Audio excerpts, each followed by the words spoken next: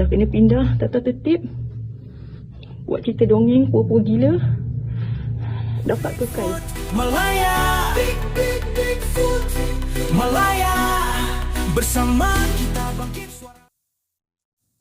Kes ini bermula bila seorang isteri kepada anggota polis dikenali sebagai Nurul Darina tampil meledakkan satu isu yang dia dah lama pendam sejak awal tahun 2024.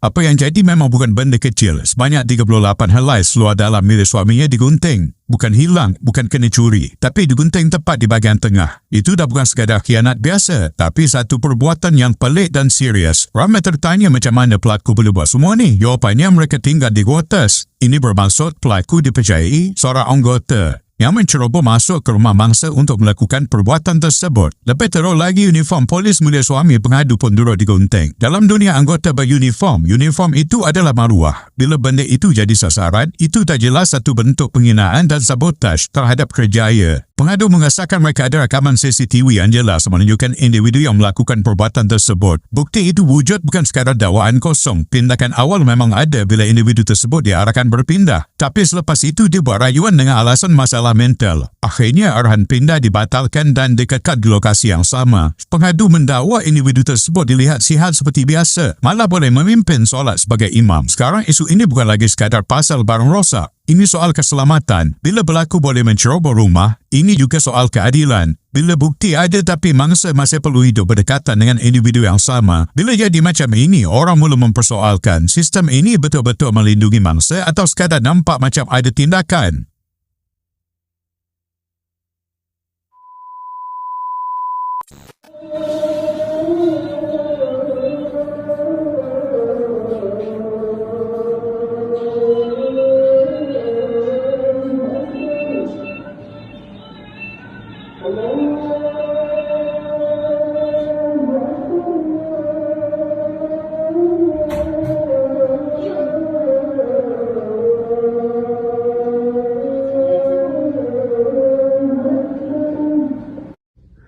Korang tengok, korang kira lah sendiri.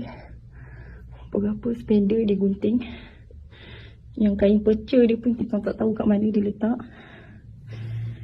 Daripada 2024 kes ni aku tak pernah viralkan pun. Sebab aku serah semua kat sistem perundangan. Tapi sebab terlalu senyap, ini yang kita orang dapat. Dah kena pindah tata tertib. Buat cerita dongeng pura-pura gila. Dapat kekal. Orang lain yang bertahun minta pindah tak dapat. Tiba-tiba kau dapat. Padahal kau dah buat salah besar. Ini suai uniform Lepas dah habis semua spender dah gunting. Sampai lelaki aku terpaksa bawa spender yang dia beli baru pergi kerja. Dia gunting uniform lelaki aku Uniform benda keramat. Anggota punya harta keramat. Habis kerja pun tak boleh buang sebarangan. Tapi digunting